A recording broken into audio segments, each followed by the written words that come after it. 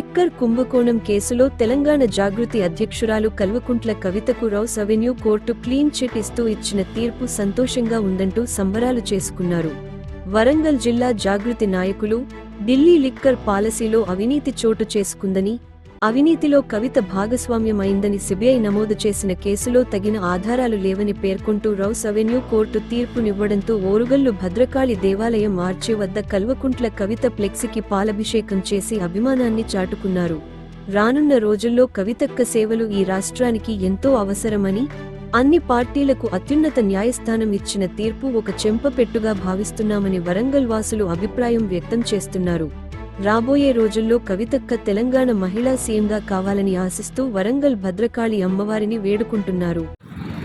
అందరికీ నమస్కారం. నా పేరు వెలిగే రవికుమార్, తెలంగాణ వరంగల్ డిస్ట్రిక్ట్ ఇన్ఛార్జ్ అండి. మా కల్వకుంట్ల కవిత అక్క గారి తెలంగాణ జాగృతి వ్యవస్థాపకురాలైన మా కల్వకుంట్ల అక్క గారు లిక్కర్ కేసులో ఉన్న అంతకుముందుకున్న కేసులు అన్నీ కొట్టుకుపోయి ఇప్పుడు క్లీన్ షీట్గా బయటికి రావడం అందరికీ సంతోషంగా ఉంది. అందరికీ కూడా ఇప్పుడు చెప్పేది ఏంటంటే, అక్క ముందుకు వచ్చింది. అక్క మీద ఒక చంద్రుడి మీద ఉన్న మచ్చ లాంటిది కూడా, ఆ మచ్చ కూడా తొలగిపోయింది, క్లీన్గా వచ్చింది. కాబట్టి జర జాగ్రత్త. కాంగ్రెస్ గవర్నమెంట్ కానీ బీజేపీ గవర్నమెంట్ కానీ ముందే చెప్తున్నాము, దొంగతనంగా అనుకోకుండా పెట్టిన కేసులను కొట్టేయడం వల్ల ఇప్పుడు అందరూ సంతోషంగా ఉన్నాము. కొత్త పార్టీ పెడుతున్నాము. కొత్త పార్టీకి ఎదుర్కోవడానికి మళ్ళీ కొత్త ప్రయోగాలు చేస్తున్నారని తెలిసింది. ఇప్పుడున్న పరిస్థితులను బట్టి చూస్తే కవితక్క గారి నాయకత్వంలో ఇదంతా కొట్టుకోపోతారనేది కూడా మనమే చేస్తున్నాము. ప్రతి ఊరున్న, ప్రతి పట్టణంలో ప్రతి కార్యకర్త ఒక్కొక్కరు అందరూ ముందుకు వచ్చేసి టపాకాయలు పెలుసు స్వీట్లు పంచుకుంటూ పాలాభిషేకాలు చేస్తున్నాము.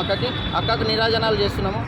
ఎప్పటికైనా తెలంగాణ జాగృతి ఒక గొప్ప పార్టీగా, తెలంగాణ కాబోయే తొలి ముఖ్యమంత్రిగా కవితక్క గారు ఉంటారని కూడా మేము తెలియజేస్తున్నాం.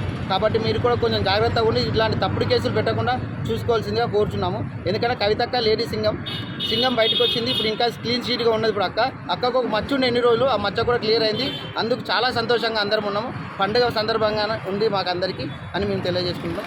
బీజేపీ పార్టీ కానీ, కాంగ్రెస్ పార్టీ కానీ, టీఆర్ఎస్లో కొందరు కార్యకర్తలకు, కొందరు మంత్రులకు, పాత మాజీ మంత్రులకు కూడా చెప్పేది ఏంటంటే, మా ఇంటి ఆడబిడ్డ ఆమె, తెలంగాణ ఆడబిడ్డ అంటే ప్రతి ఇంటి ఆడబిడ్డ అనే మేము అనుకున్నాము. ఆడబిడ్డకు ఒక మచ్చ ఉండేది కూడా క్లియర్ అయినందుకు చాలా సంతోషంగా ఉంది. ఇలాంటివి ఏమైనా పెడితే ఖబర్దార్ అందరికీ కూడా చెప్పేది మేము, చాలా జాగ్రత్తగా వ్యవహరించి ఉండండి. దీనికి ఖచ్చితంగా మూల్యం కాదు, పరునష్ట దావా కూడా వేయడానికి కూడా మేము ఆలోచించకుండా ముందుకు ప్రయత్నం చేస్తున్నామని కోరుకుంటున్నాం.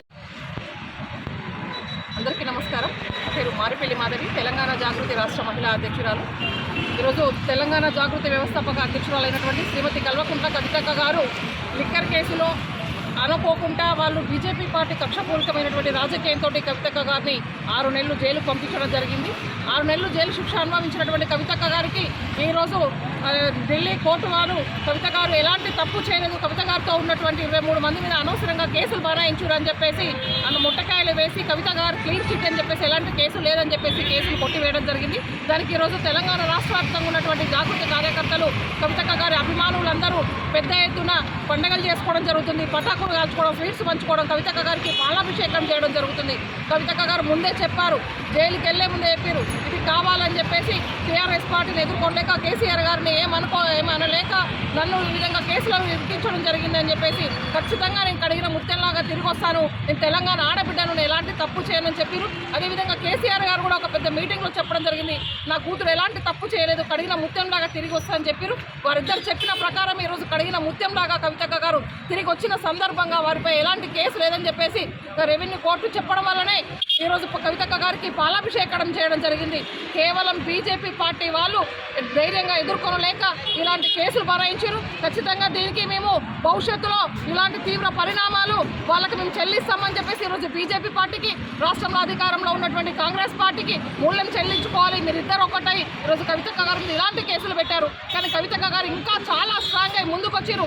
భవిష్యత్తులో ఈ రాష్ట్రంలో ప్రత్యేక రాష్ట్రంగా ఒక పార్టీని ఏర్పాటు చేసి ఒక మంచి రాజకీయాన్ని ఈ తెలంగాణ రాష్ట్ర ప్రజలకు అందించబోతుంది. ఖచ్చితంగా మేమేంటో కూడా త్వరలో నిరూపిస్తామని చెప్పేసి ఈ సందర్భంగా తెలియజేస్తున్నాం. Thank you so much.